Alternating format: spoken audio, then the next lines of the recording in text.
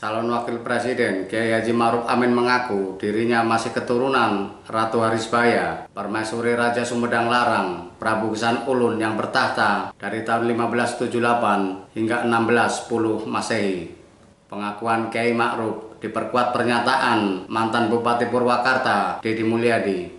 Deddy yang kini menjadi ketua tim kampanye daerah Jokowi Ma'ruf Jawa Barat menegaskan Ma'ruf Amin orang Sunda asli meski kelahiran Banten.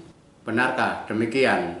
Ketika menerima pedang berbungkus kain dari Kiai Haji Linul Qorbih Hamzah Amzad, pengasuh pondok pesantren Al-Muhajirin Arusbaya Madura, Ma'ruf menuturkan, dari Demong, Plakaran, Arusbaya, salah satu raja di Bangkalan, lahir Raden Kiai Pragaiba yang kemudian menurunkan cucu bernama Nyai Arusbaya. Setelah diperistri Prabu Gesan Ulun, namanya menjadi Nyai Ratu Harisbaya. Dari sana kemudian lahir mbah-mbah saya, ujar Ma'ruf Amin. Selama ini Kiai Ma'ruf dikenal luas sebagai cicit keponakan dari Syekh Nawawi Al-Bantani, penulis produktif banyak kitab, juga cucu keponakan Syekh Arsyad Towil, guru para ulama Malaysia, Thailand, Singapura, hingga Filipina Selatan, sebagaimana pernah dipaparkan Iim Imaduddin Usman, anggota Lembaga Pemangku Adat Kesultanan Banten. Dengan adanya pengakuan terbaru yang diperkuat Deddy Mulyadi dan juga pengasuh pondok pesantren di Madura, kiranya perlu dilihat kembali siapa sebenarnya Ratu Harisbaya. Dalam Babat Sumedang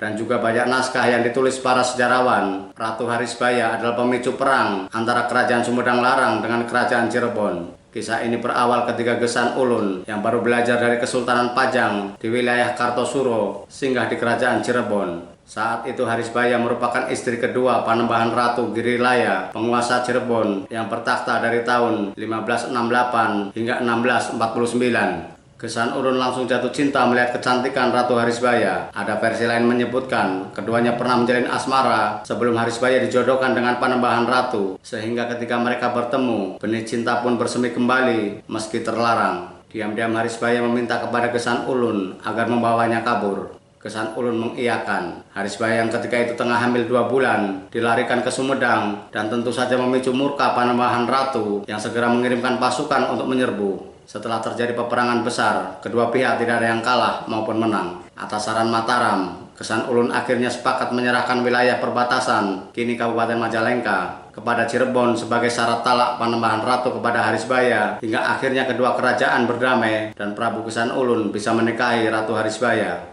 Lalu bagaimana hubungannya dengan Kerajaan Banten? Sumedang Larang dikenal sebagai kerajaan kecil yang bernaung di bawah kekuasaan Kerajaan Sunda Galuh atau Pakuan Pajajaran. Prabu Gesan Ulun mendapat gelar Angkawijaya dari Pajajaran. Meskipun Pajajaran merupakan kerajaan Hindu, namun Sumedang Larang sudah menganut Islam. Gesan Ulun adalah anak dari Pangeran Santri dengan Ratu Setiasih, putri penguasa Sumedang.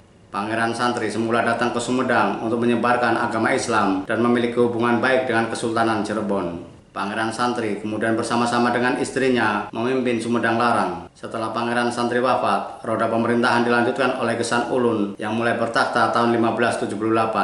Baru setahun Gesan Ulun berkuasa di Sumedang, Pajajaran hancur akibat serangan Kesultanan Banten. Prabu Siliwangi pun moksa. Di tengah kekacauan itu, Gesan Ulun mendeklarasikan Sumedang Larang sebagai penerus kerajaan Pakuan Pajajaran. Klaim tersebut memperoleh dukungan karena Gesan Ulun masih keturunan Prabu Siliwangi. Dengan demikian, Gesan Ulun diyakini punya hak memimpin bekas wilayah Pajajaran yang meliputi hampir seluruh tanah Sunda kecuali daerah milik Kesultanan Banten dan Cirebon. Setelah Prabu Gesan Ulun wafat, tahta dilanjutkan oleh Raden Surya Diwangsa, anak Harisbaya dengan Panembahan Ratu, sebagaimana wasiat almarhum. Sebelumnya, sebagian wilayah Sumedang Larang telah diserahkan pada Raden Rangga Gede, putra Gesan Ulun dari istri lain, agar tidak menimbulkan polemik di kemudian hari. Pada era Raden Surya Diwangsa inilah Sumedang Larang meleburkan diri dengan Kesultanan Mataram Islam yang dipimpin Sultan Agung. Bergabungnya Sumedang Larang mengobarkan semangat Sultan Agung untuk menyerang VOC di Batavia. Sedang bagi Raden Surya Diwangsa, penggabungan itu dimaksudkan agar Sumedang Larang mendapat bantuan untuk menghadapi Banten. Demikian sekelumit kisah hubungan antara Kerajaan Sumedang Larang, Kerajaan Cirebon, Kerajaan Mataram, dan Kesultanan Banten. Apakah klaim Kiai Ma'ruf dapat dibenarkan? Wallahu a'lam bishawab. Sebab sejarah,